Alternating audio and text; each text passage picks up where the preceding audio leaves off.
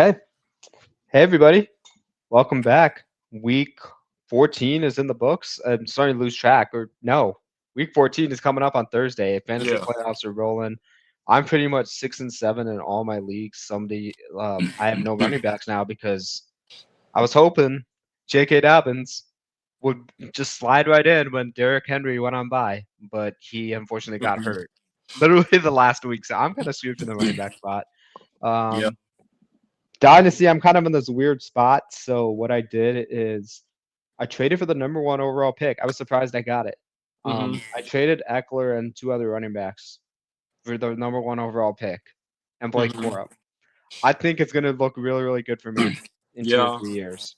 Um, Yeah. I don't know why he traded that away. I was like, yeah. I feel like you low key took advantage, but like he said he was fine with it, so I was like, okay, sure.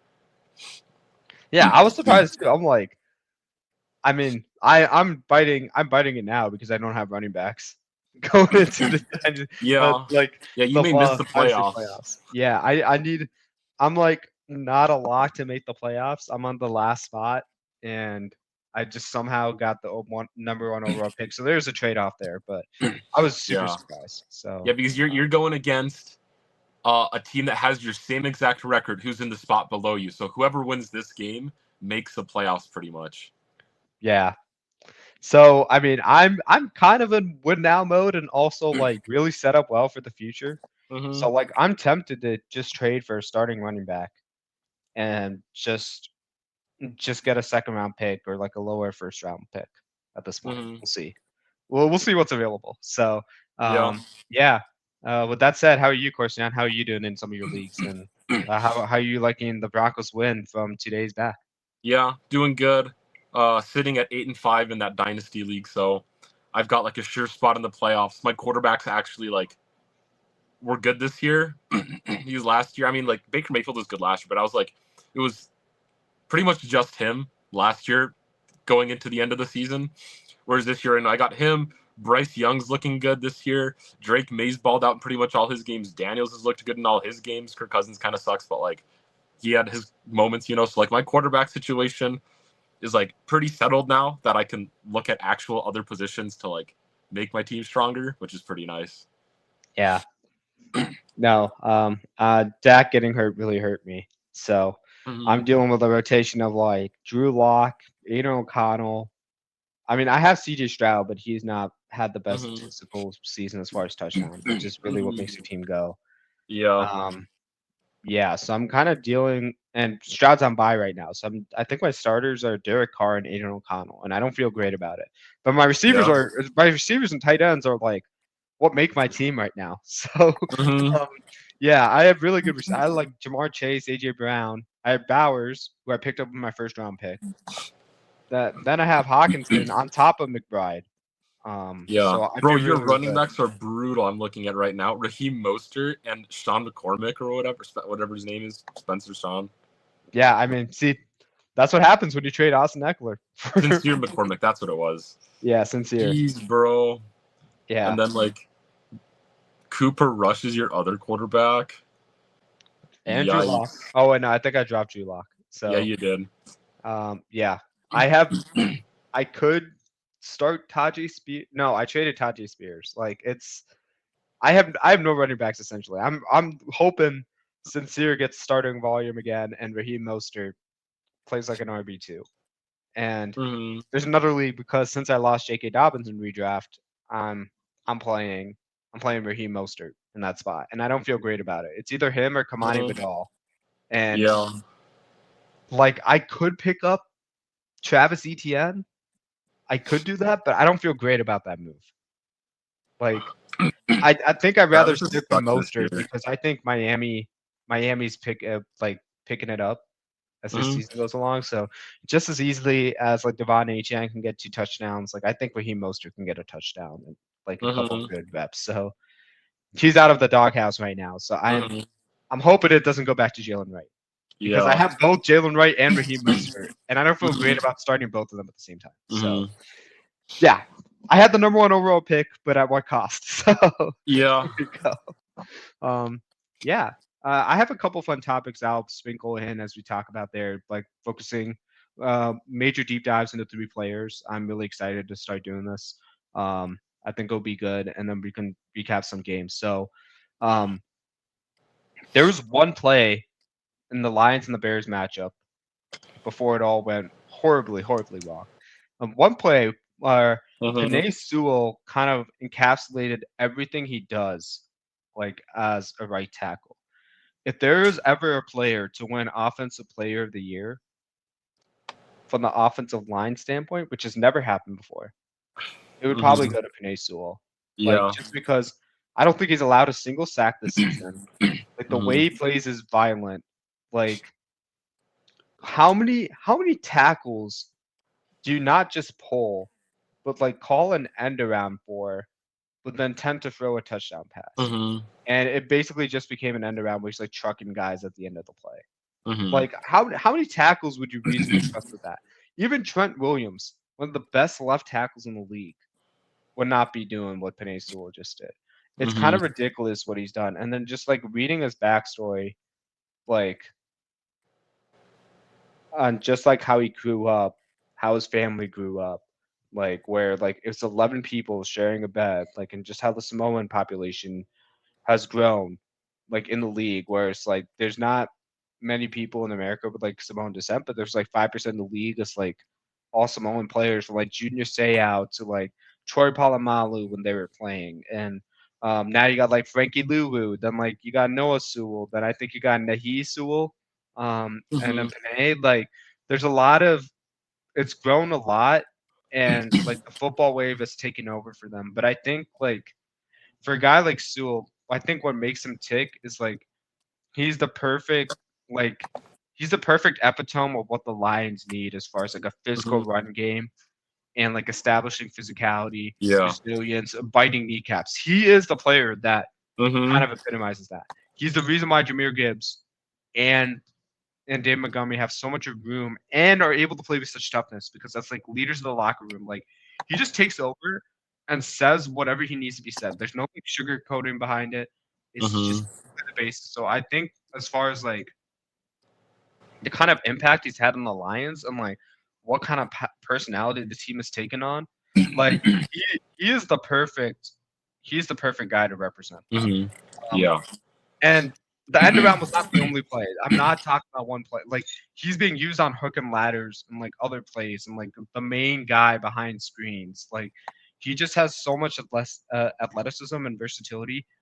Like going into the draft when the year he was drafted, like I called him the best pick in the draft, and it took a couple like seconds to see that because there are a lot of great players. I think Jamar Chase was in that draft class. Like there's a lot of like Mm-hmm. good players, but like he when you have guys like Ragnow, who's like one of the best players in his position in his own right, calling him one of the most valuable non-quarterbacks in the league, that is incredible. Like I just can't say enough about like how he plays. Like Mm-hmm. Campbell's called him competitive, tough, gritty, smart, hardworking, and resilient. If you have Mm-hmm. one of those traits, you're a good football player, and to have all of them, Mm-hmm. that is he's truly the foundation of why Detroit is successful. Yeah. Yeah, and I think you can like center this or like put this all back onto like the coaching situation to a Dan Campbell because like everybody is fully bought into the system, which allows players to shine in their like unique moments. Plus, just I mean their standard playing too as well. Because like have you seen much of like the post game locker room like game ball giveaways that they do for Detroit, or have you I've not seen seen a couple. I've seen a couple. Yeah. But like I mean the coaches always are like yelling and hyping up the team, but like when it always goes to like when they hand it off to a player, the player almost like never is like thankful for how great they are. It's always like, oh, like I can't do this without, and then they like name drop like 5 different guys saying like these guys are the reasons why I was able to have success in today's game. And like and so it's like that whole culture mindset I think that is in place in Detroit has really helped with like again, having guys like Penei Sewell shine the way that they do, and it not being like doesn't look weird when when we talk about like an offensive lineman, like oh they could be an offensive player of the year, just because of Right. like how bought in everybody is into the culture. And I'm not saying this is like I'm not being anti-Derrick Henry or anti-Saquon when I say this because they've had incredible years. Like Lamar's had an incredible year. Jared Goff, quarterback on that own team, he's had an incredible year as well. Josh Allen having one of the best touchdown to interception ratios in his career. He's playing extremely well. But I just look at what how many players are you throwing a 9-yard pass to as a tackle? Mm-hmm. And then calling an end around for a hook and ladder, and then he's still not allowing sacks and stuff. When you have that going on, you truly don't know what to expect because you don't know if he's going to be an eligible receiver or tackle, and you got to worry about him physically harming you as a freaking 350-pound behemoth that moves like a gazelle. He's one of the most unfair players to game plan for because of that. He can do everything and anything, and because of his traits and his demeanor, no wonder you got $112 million from Detroit. You need to keep that guy forever on that team. So yeah, positives over there, negatives. Man, that last 30 seconds in the game, I was so mad. I was so you go from missing DJ Moore on a wide open touchdown to win the game to burning off 30 seconds, not even giving you an opportunity. I'll say it again. I'm probably the people in the minority saying this. I don't think it was all on Eberflus, but after that game, he had to get fired because it was clear he was getting scapegoated for this, but he had his own faults with that. I can't justify not calling a timeout after all 30 seconds dwindled over. Yeah. I figured you call it with at least 3 or 4 seconds while the ball is being snapped and say hey, we need to reassess this. At least get in line for a Hail Mary and set something up that way. But no, to let the play just run as called, that was not smart at all. That was bad. That was bad. Yeah. And the issue too, I think, on top of that, go ahead. Sorry. No, and I think just to add some context on how that unfolded and not just the last play, is on that same drive, you have Cole Kmet, or I should say 2 times in this game, getting called for offensive pass interference because of the same technique habits he had, where he's running into the defender and shoving him on his way to run a route. That frees up the receiver the defender's guarding before in that mesh concept where you have the 2 drag routes intersecting. You can't do that. You can't just shove a guy into the ground and say oh, I barely interfered with him. Of course you're gonna get called on that. And he did that twice in that game, especially in the pivotal moment where it was picking up a key first down. And it was an explosive play as well. That's on Cole Kmet. Caleb Williams taking the sack, that's on him instead of throwing it away. The offensive tackle who allowed that sack, not checking that the defender had his hand in the ground. You look for the guys with their hand in the ground and say they are most likely rushing. I should probably block him. And he just completely whiffed. You look at Caleb Williams trying to change the play with 20 seconds left. Why are you even trying to change the play? You need to get lined up and snap the ball as soon as possible so you can give yourself a play that goes out of bounds or throw it out of bounds outright. He didn't give himself that option, so he had no choice but to throw it into the end zone. And then you also look at Eberflus, and you don't look at it in that order, but you look at all the sum of those parts, and you're this is a disaster. This is a complete disaster. So yeah. And Thomas Brown, the interim head coach, he didn't call his best game in the first half. It took a phenomenal performance from Caleb to bring them back, and I give him all the credit in the world. But I think he also has himself to blame for some of the decisions he's made, especially towards the end of that game. And I know it's unfair because he's a rookie. He's a rookie, so I'm gonna give him slack because of that. But I don't think you can dissect this game without mentioning all of that context too. Yeah. Yeah, but I think one thing I sent you the picture too of my notification where Eberflus said he doesn't feel like he did anything wrong in regards to handling the end of the game, and I think just the ego behind that statement doesn't sit right with me when I'm thinking about a head coach, because I obviously as a Broncos fan I see a lot of what Sean Payton says, and I feel every week I see him taking the blame for mistakes that the team made, and he's that's on me, I got to do better as a head coach. This last week against the Browns, right? Um there was that, I think it was the third quarter interception that Bo Nix threw. It was the deep shot to Marvin Mims, and then afterwards he straight up said, "Yeah, that is on me. I was trying to push the ball downfield, and then I was telling Bo to try to make that throw. That interception isn't on him; it's on me." And the fact that he's able to make that statement, and then earlier in the season, he's "Yeah, we see that he saw that Marvin Mims had made a couple good plays on offense, and he was we got to work on getting him the ball more. I didn't do a great job of that earlier on the season. I didn't do that well early in the half." And just him taking the blame on things that he feels he could have done better, I think sits really well with me as a fan looking on to the coaches.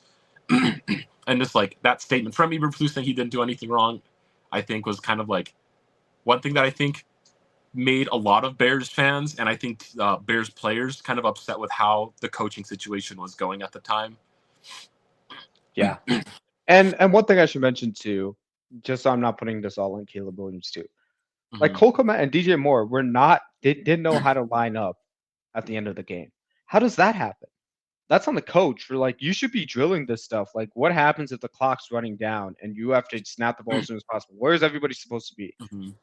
Everybody's maintained that. Everybody's got to do this exact thing. Yeah. ASAP. That's on coaching, but it's also on DJ Moore and Cole Kmet because this is not the first time where they've given lackadaisical, lack of effort type plays.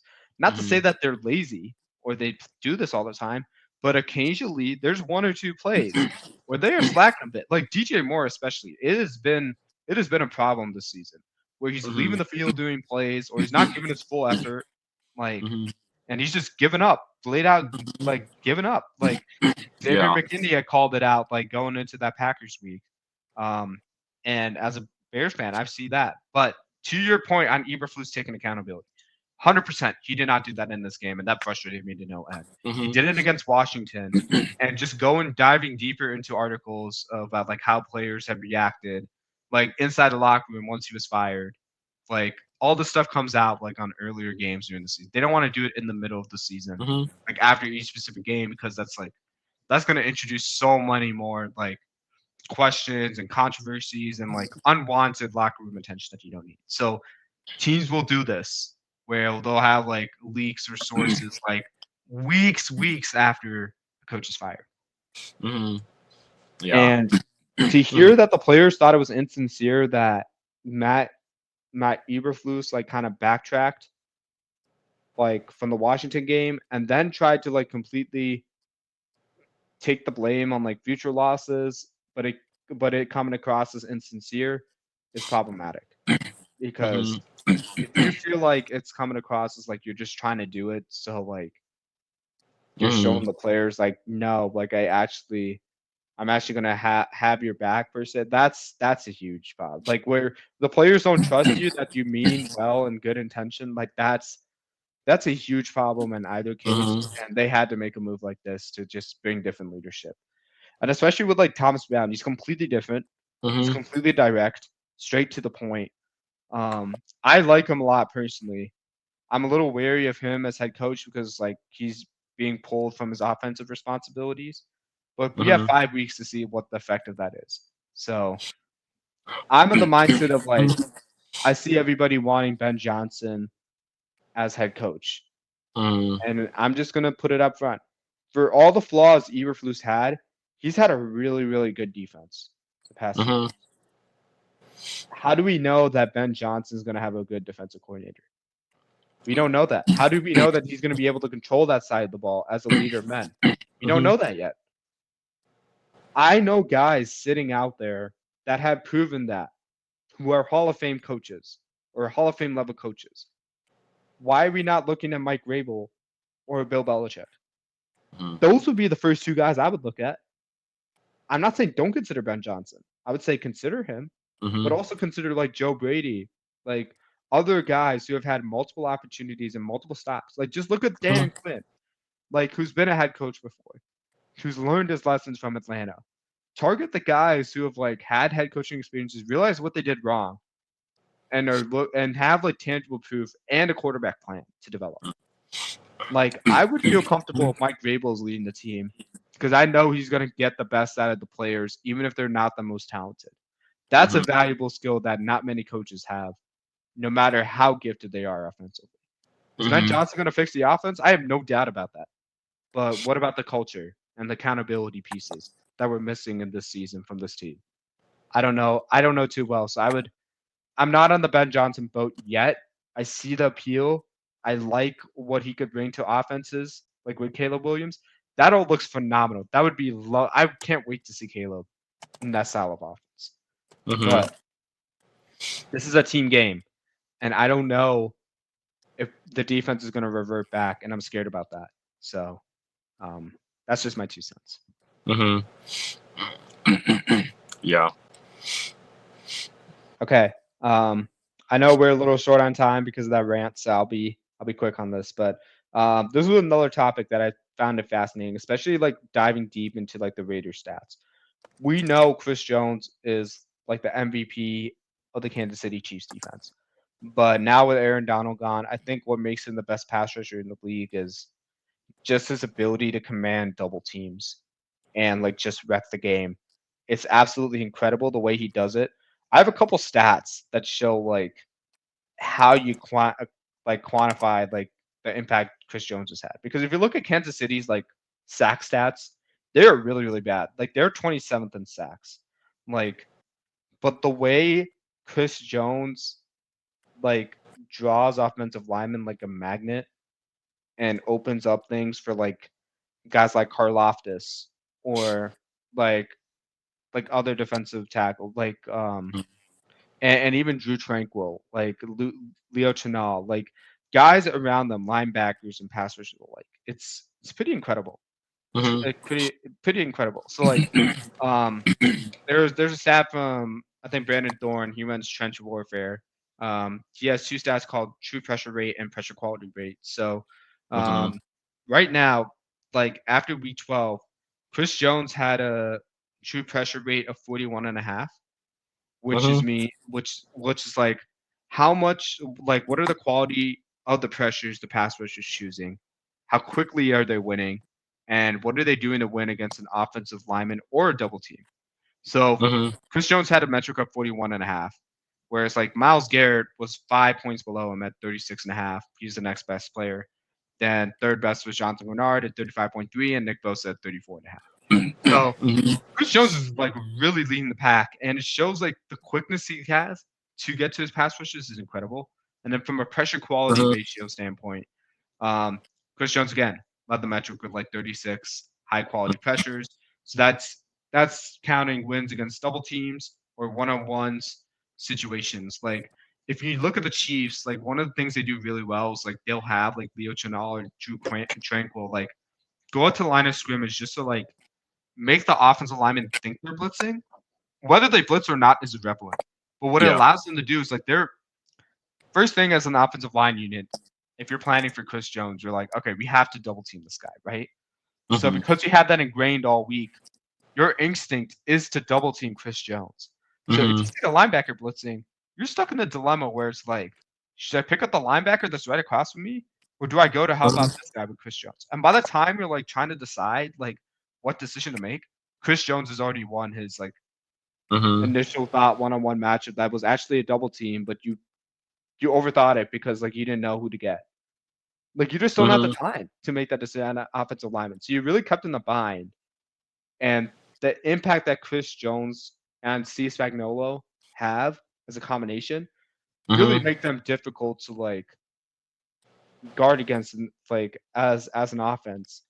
And as a result, like you see why like Aiden O'Connell like struggled with those sacks and why the Raiders like had issues snapping the ball at the very end of the game. Like these are the kind of little things that add up. And even like the block field goal against the Broncos, like these because you're worried about like him in particular, it opens up the field for other guys to wreak havoc. Mm-hmm. Yeah. I mean, he balls out. I mean, he is like, yeah, he is just like, he's always been a force. And so he's like, even like right now, you see, he only has like 5 sacks, but like you said, the pressure rate, like is like an unaccounted stat that people don't normally look at, but like plays into a lot of like what teams are actually looking at as well. Because like obviously like on like when teams prep for like teams are prepping for their upcoming games, they're not just strictly looking at, oh, how many tackles for a loss do these defensive players have? How many sacks do these defensive players have? It is like you said, like they look at those advanced analytics on like, yeah, pressure rates, what situations on the field are they winning more frequently, and so then that causes teams to make errors and kind of like prepare extra for the situation. But yeah, I don't really have much to add to what you just said. I think the one other thing I add is like he's not lining up in the same spot every time. They obviously move him around, but sometimes he'll just move around on its own. Like I think there was one thing I was reading in one of the articles specifically about Chris Jones that kind of inspired me to write this. That like Nick Bolton, like Nick Bolton had a quote where he's like, honestly, I didn't know what he was doing at first. Based on the play call, we hadn't really like accounted for Chris Jones just doing whatever the heck he wants and switching positions. But like it doesn't compromise like the scheme when he does it. And if you see something on tape where he takes advantage of it, he has that liberty to do that. So like Chris Jones, like basically had like if you think of like Myles Garrett, there's like a famous play where Myles Garrett will like motion around the formation, like two tight ends, like tight ends. They just keep switching sides of the offensive lineman before the play starts because they're trying to get in front of Myles Garrett. Myles Garrett's constantly moving, so they don't know where he's going to end up.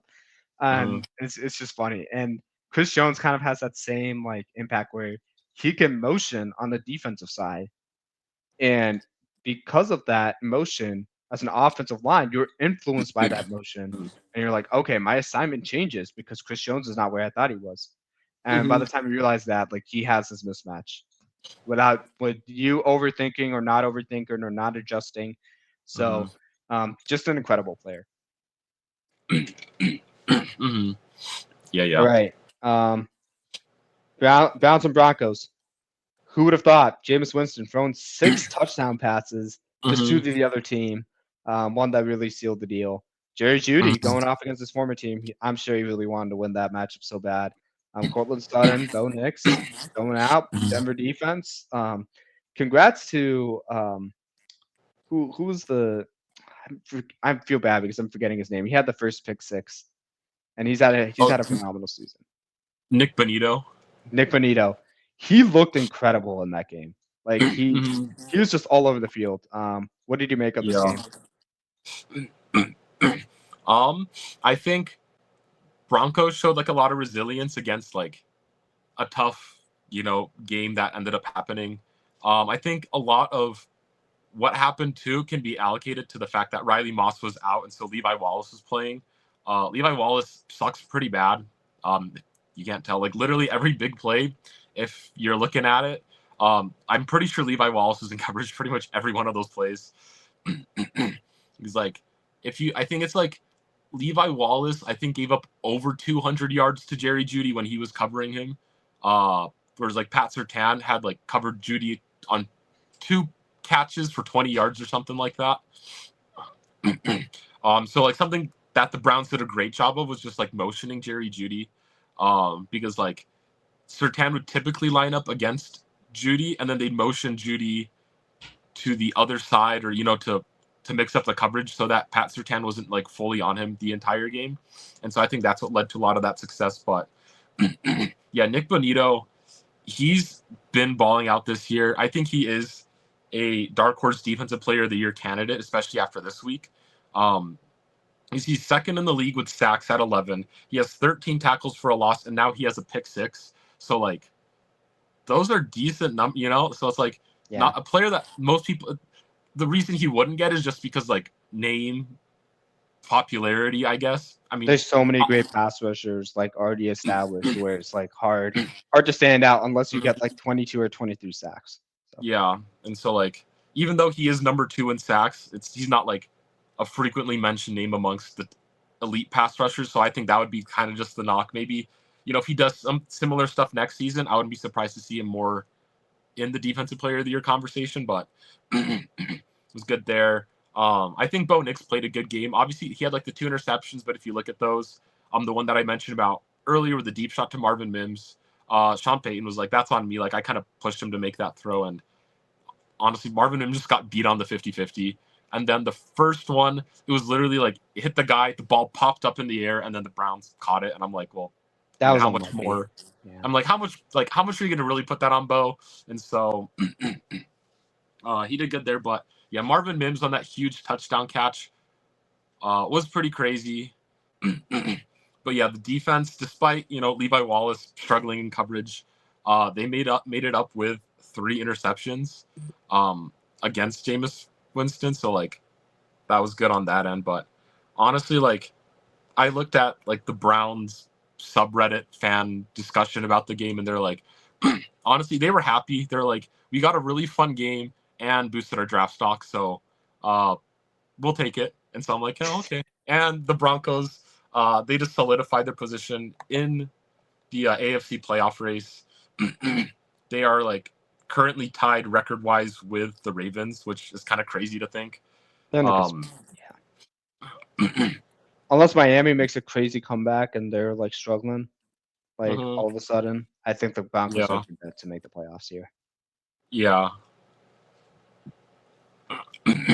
Alrighty. Awesome. I know we had a couple topics to go to. Do you have any crazy stats that you collected for the season? I want to make sure I'm mindful of time here. Yeah. So the first one I'll bring up is a college football game. I'm sure you saw news on this too, but this was it was like November 23rd, I think, where Air Force beat Nevada with 0 passing yards. Oh yeah, that was incredible. I'm like, how did that happen?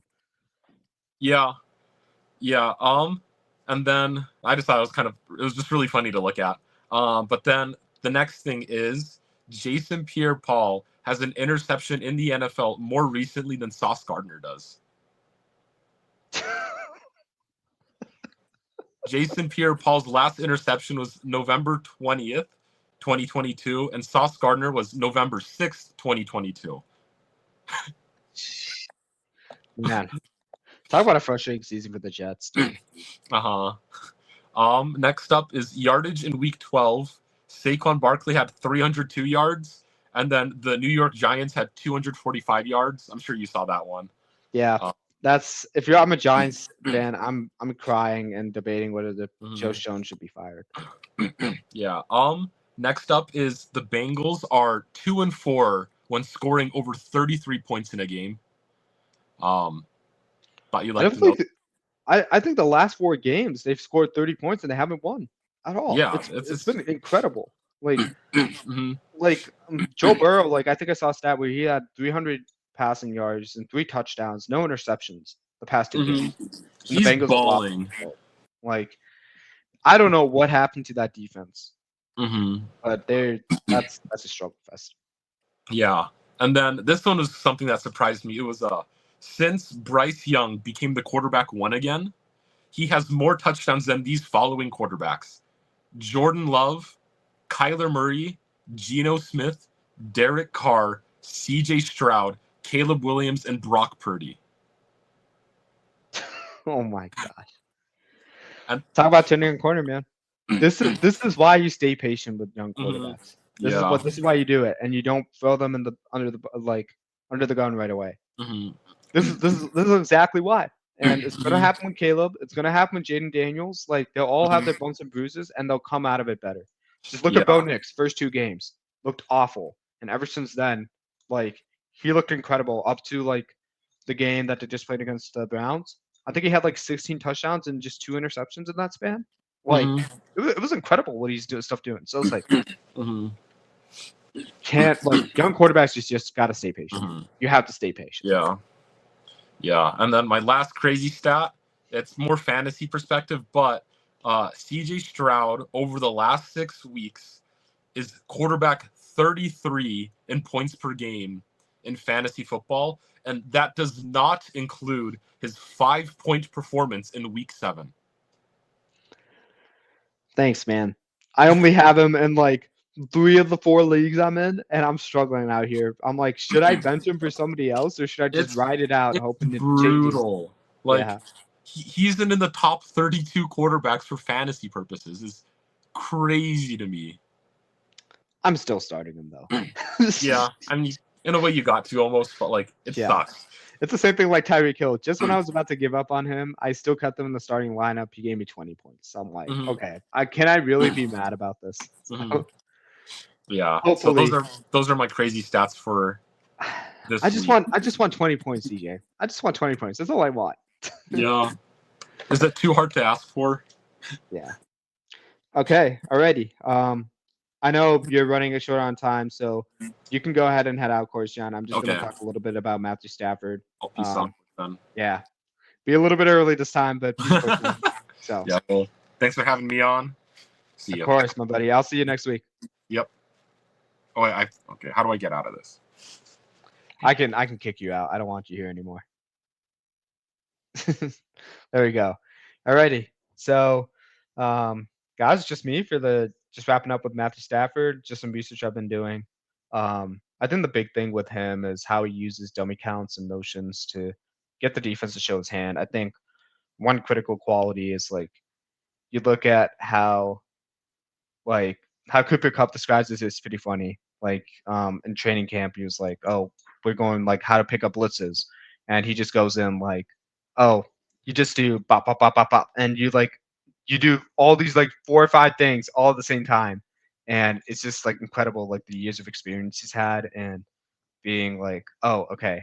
Quarterbacks who could just see it and just throw it, pretty incredible on like how they're able to do that at the speed of instinct, and I think for the passing game, I mentioned motions and dummy counts, but when you use them in concert, it's going to be extremely important to like get the defense to jump and show its hand pre-snap. So one play that they'll do that in is like if you're trying to like motion like your favorite receiver across the field, like then you would use like a fake snap or like a dummy count to get the defense to jump because most teams that do that across the league are trying to take advantage of short motion to get a receiver in an advantage where like the defense has to react quickly to that at the snap.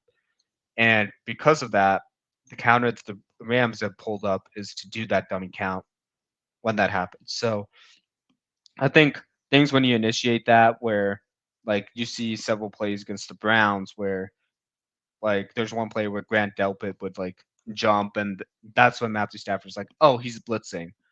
Let's see how the defense like adjusts to fill the gap he left, or just find the gap he left and like find the receiver that way. And I think because of that recognition, after the snap too, before you snap, you can make an audible. Like now that your receiver shifted, okay, I have a different formation. Let's audible to a play in that formation that gives us an advantage. I think that's really special. Like what he's been doing on the field, like no look passes. We know he's been one of the pioneers behind that. But I think the cadence combined with the cadence and like the dummy counts and whatnot, that's been huge on like what he can do. So just wanted to throw that tidbit in there.